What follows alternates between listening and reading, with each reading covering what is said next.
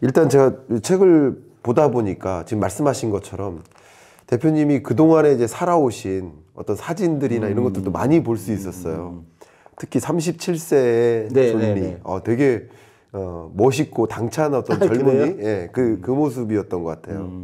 그때 이후로 지금까지 수년이 지나왔는데 그동안 노력해 오셨던 그런 어떤 결과물을 다시 한번 가져오실 수 있는 어떤 계기가 되시기를 좀 바라는 마음이고요. 그런 관점에서 저서에 이 한국의 성장을 막는 것들이라는 대주제가 있더라고요. 그렇죠. 특히 금융이라는 관점에서 네, 네. 어떤 게 이제 한국 성장을 막는 것인지 걸림돌이 되는지 좀 말씀해 주세요. 제가 이제 그 메리츠를 9년 동안 경영을 하면서 느낀 건데요. 네.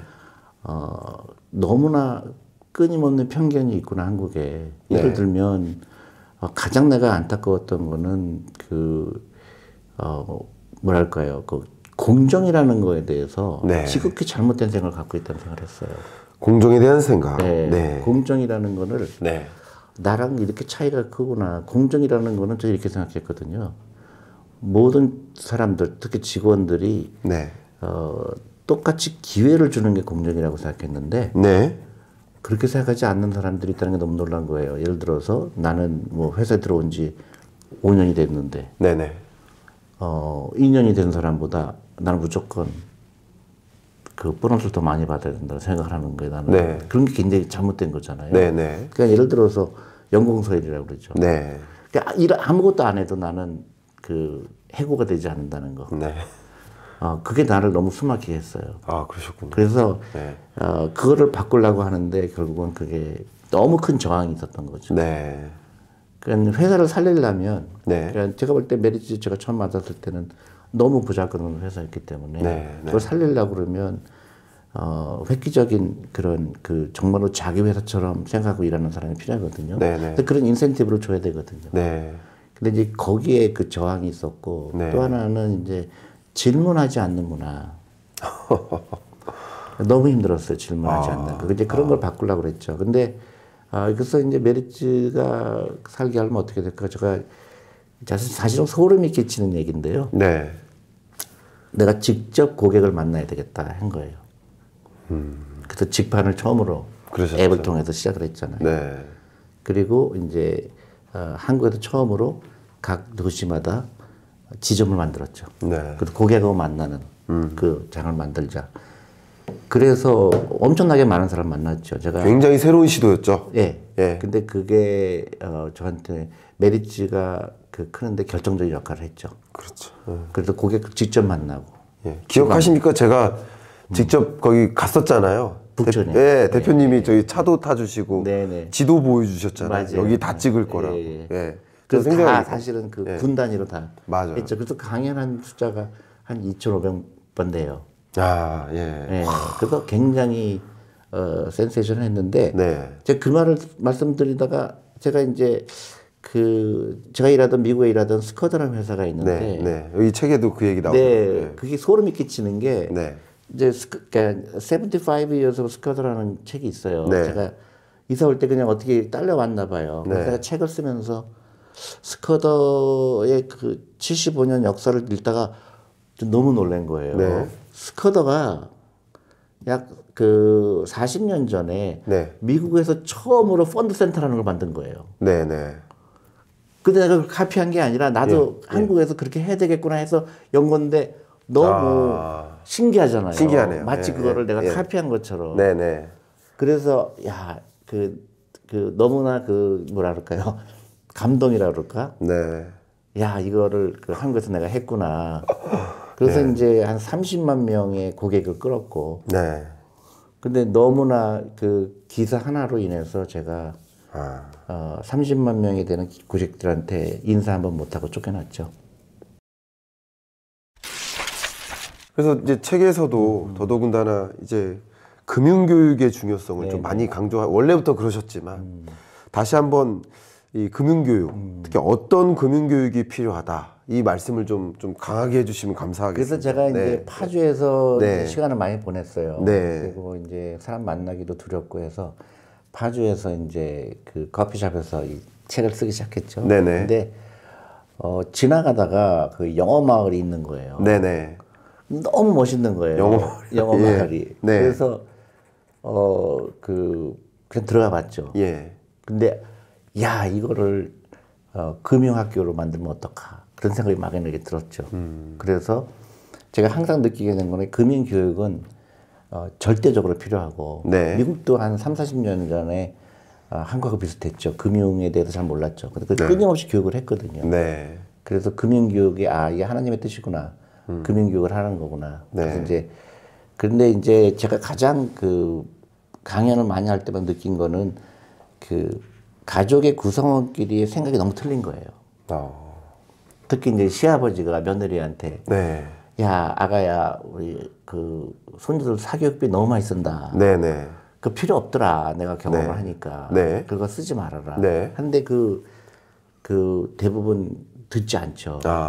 그러니까 가족 단위로 금융교육을 해야 되겠구나. 그래서 그 영어 마을이 딱 생각이 나갖고 이제 유튜브에 올렸죠. 네. 그래서 가족이 다 오시라. 1박 2일로. 그래서 24시간 우리 돈 얘기만 하자.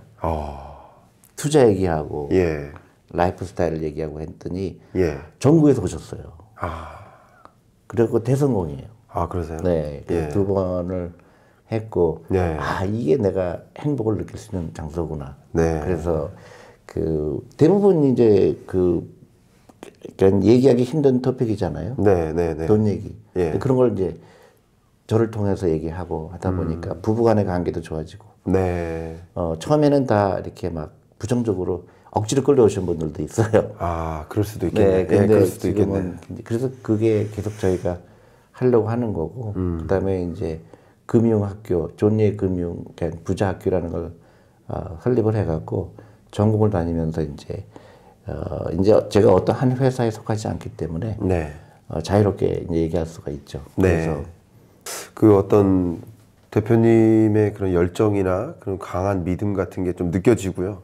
그래서 이제 존리의 부자학교 여기서 구체적으로 좀 어떤 컨텐츠를 좀 다루세요? 이게 궁금해지네요. 이제 네. 그런 거죠. 네. 저는 이제 한국의 금융이 발전하려면 네.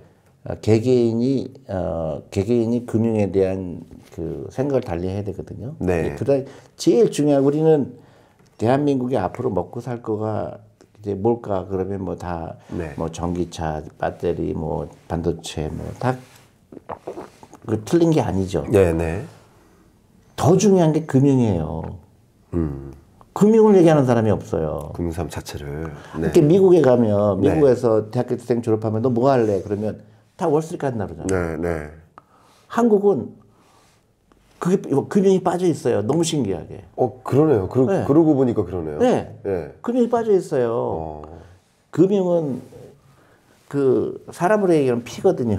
그러니까 어렸을 때부터 금융을 경험하지 못해서 그런가 봐요. 그렇죠. 로봇 전문가가 될래. 나 생물학 그렇죠. 박사가 될래. 그렇죠. 뭐 이런 예. 경험을 했잖아요. 그렇죠. 어떻게든. 금융에 대한 경험이 없으니까 그러니까- 금융 전문가 될래. 이 생각은 안 하나 봐요. 그러니까 특히 이제 미국 같은 경우는 그 금융을 주도하는 그 세력이라고 그럴까요? 네. 다 자사운용사잖아요. 그렇죠, 블랙락, 그렇죠. 예, 블랙스톤이잖아요. 예. 한국은 자사운용사 규모가 굉장히 작죠. 작죠. 예. 그래서 저는 한국이 금융을 중요시하고 자사운용사가 많이 나와야 되고 네. 펀드 매니저가 되고 싶거나 애널리스트가 되고 싶다는 사람이 많이 나와야 되고 네. 금융을 창업을 해야 돼요. 네. 예. 그 젊은 사람들이. 그래야 우리가 유망하다고 생각하는 그 산업들도 같이 그렇죠. 커지는 당연하죠. 거죠. 그러니까 그 산업과 금융이 만나야 만나야 되는데 돼요. 산업만 있는 거거든요. 예. 그러니까 돈이 안 따라가잖아요. 그렇죠. 그래서 돈이 따라가게 하는 시스템을 만들어야 되는데 네. 이건 이제 지속적으로 그런 교육이 필요하죠. 그래서 젊은 사람들이 난 펀드 매니저가 내 그 희망이야. 네네. 그게 많이 나와야 되죠. 제가 이제 투자 철학에 대해서 여쭈려고 하는데요. 여쭙기 전에 제가 지금까지 들은 어떤 소감 중에 하나가 어떤 생각이 떠오르냐면, 미래의 인재는 질문할 줄 아는 자다. 저는 이런 생각을 많이 하고 있거든요. 그렇죠. 근데 우리 어떤 학습 방식이 질문이 아니에요. 그냥 암기예요. 그렇죠. 근데 챗 GPT를 이기지 못해요. 질문할 줄 모르면. 그러니까 질문하는 자가 미래의 인재인데 결국 국영수 암기하다 보면 어떻게 질문할 줄 압니까? 근데 말씀하신 것처럼 정말 테슬라는 어떤 흐름이고 어떤 경영 전략이고 이런 세계를 보는 걸 관찰하는 눈, 금융적인 그런 관점을 갖고 있으면 질문하고 싶어질 것 같아요. 당연하죠. 저 같아도.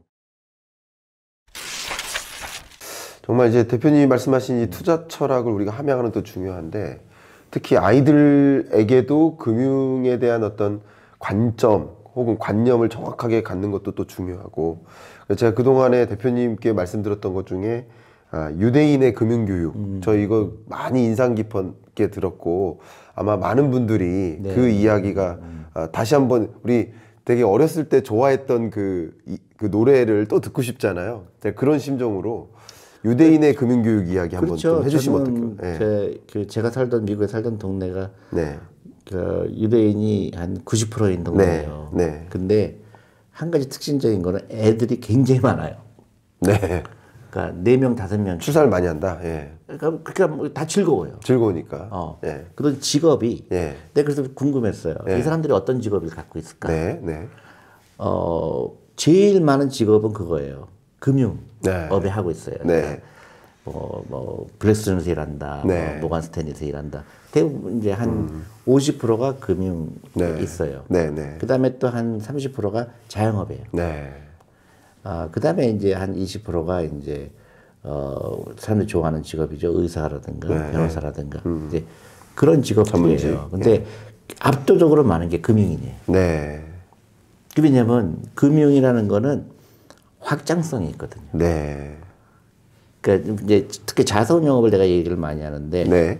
자사운용업은 그 확장성이 굉장히 큰 그 산업이거든요. 네. 예를 들어서 내가 혼자 회사를 설립했는데 그 처음에는 예를 들어 내가 고객을 100억을 갖고 시작을 했는데 시간이 지나면서 1000억이 되고 1조가 되잖아요. 네네.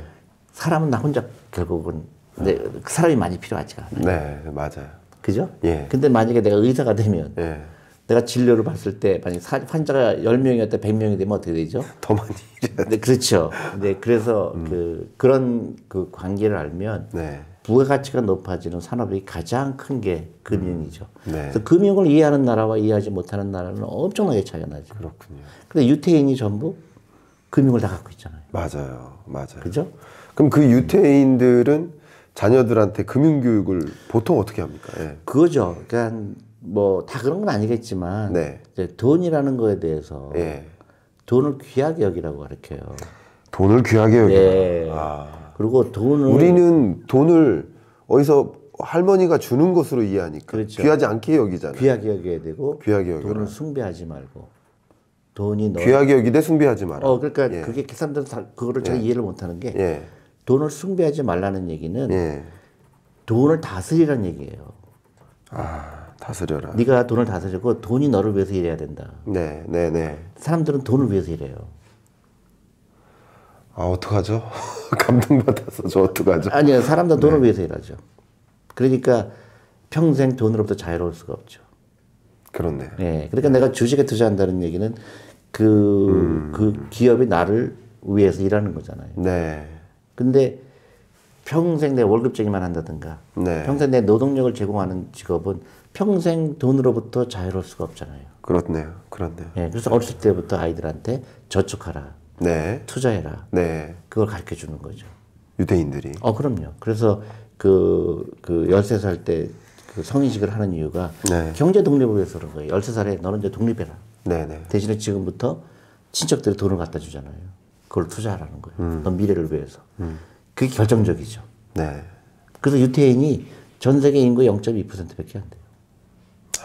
근데 20%의 자산을 갖고 있어요. 그러니까.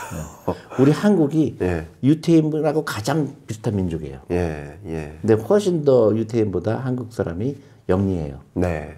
IQ가. 네. 평균 IQ가. 네. 근데 딱 한 가지 차이가 우리는 돈을 안 가르친다는 사실. 오케이.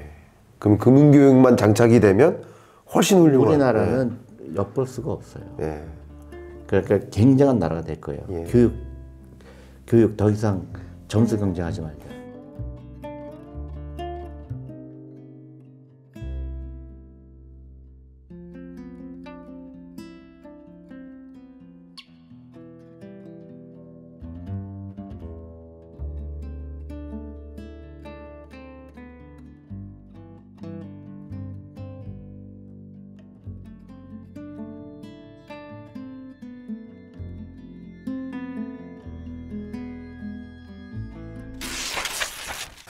그다음 이제 우리 국민들의 특히 또 한국인들의 그 집착이 있죠. 부동산. 물론 지금 부동산 매매 가격이 계속 떨어지고 있어서 그 집착이 조금 완화되는 흐름인 건 같은데 또 언젠가 반등하지 않겠어 하는 마음으로 좀 많이 기다리고 계시고도 있거든요. 네, 네. 근데 어쨌든 이게 옳든 그러든 제가 여쭤보고 싶습니다. 부동산에 대한 이 한국인의 집착 왜 버려야 되는 겁니까? 설명 부탁드립니다. 집착이 왜 생겼냐면 네. 부동산은 투자라고 생각하고 네. 주식은 투자라고 생각하지 않아요.